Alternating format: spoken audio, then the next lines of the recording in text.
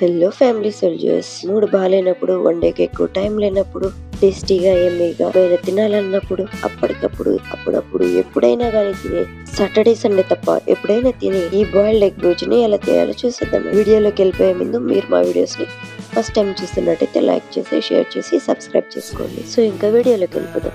దానికోసం ముందుగా బాణీ తీసుకుని అందులోకి ఆయిల్ వేసుకోవాలి. ఇందులో కొంచెం ఆయిల్ ఎక్కువగానే పడుతుంది, చూసి వేసుకోండి. సో కొంచెం ఆయిల్ వేడైన తర్వాత 1 టేబుల్ స్పూన్ ఆవాలు వేసుకోవాలి. అవి చిట్లిన తర్వాత అందులోకి మనం పచ్చికరివేపాకు వేస్తున్నాము. పచ్చికరివేపాకు అది కొంచెం చిట్లిన తర్వాత అందులోకి మనం చిన్న చిన్న ముక్కలుగా కట్ చేసి పెట్టుకున్న ఆనియన్ వేయాలి. ఈ ఆనియన్ లైట్ గోల్డెన్ కలర్లోకి వచ్చే వరకు వేయించుకోవాలి.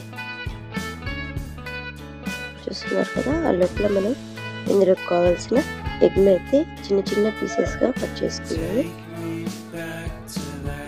ఆల్రెడీ బాయిల్ చేసి పెట్టుకున్న ఎగ్, దీన్ని మనం కట్ చేసుకోవాలి. అలా కట్ చేసి పక్కన పెట్టేసుకున్న తర్వాత ఇందులోకి ఆనియన్స్లోకి ఒక చిటికెడు వేసుకోవాలి. ఎందుకంటే ఈ స్టేజ్లో వేస్తే ఉప్పు బాగా కలుస్తుంది అనమాట. మీకు రుచికి తగినట్టు వేసుకోండి. సో అవి ఇంకొంచెం మనం ఫ్రై చేసుకోవాలి, లైట్ గోల్డెన్ కలర్ వచ్చే వరకు. ఇక్కడ ట్రిక్ అంతా మనం ఆనియన్స్ వేయించడంలోనే ఉంది. ఇవి ఎక్కువ వేయిస్తే టేస్ట్ మారిపోతాయి. ఒకవేళ తక్కువ వేయించామనుకోండి ఇవి పంట కింద పడి. ఇందులోకి మనం ఈ మసాలా వేసుకోవాలి. జీలకర్ర, పచ్చిమిర్చి, తెల్లగడ్డ, అలాగే కొంచెం చెక్క, 6-7 మిరియాలు, 2 లవంగాలు.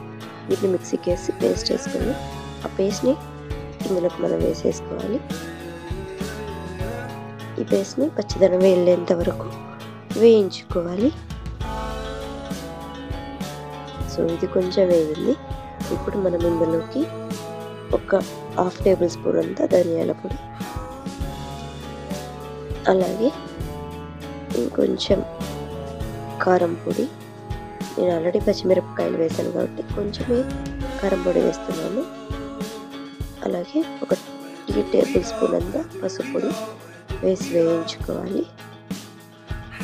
ఇవి చాలా లో ఫ్లేమ్లో పెట్టి నెమ్మదిగా వేయించుకోవాలి. ఇవి కొంచెం వేగిన తర్వాత మనం కట్ చేసి పెట్టుకున్న ఎగ్ అయితే వేస్తున్నాను నేను. ఇది లో ఫ్లేమ్లోనే ఇంకొంచెం బాగా రోస్ట్ చేసుకోవాలి.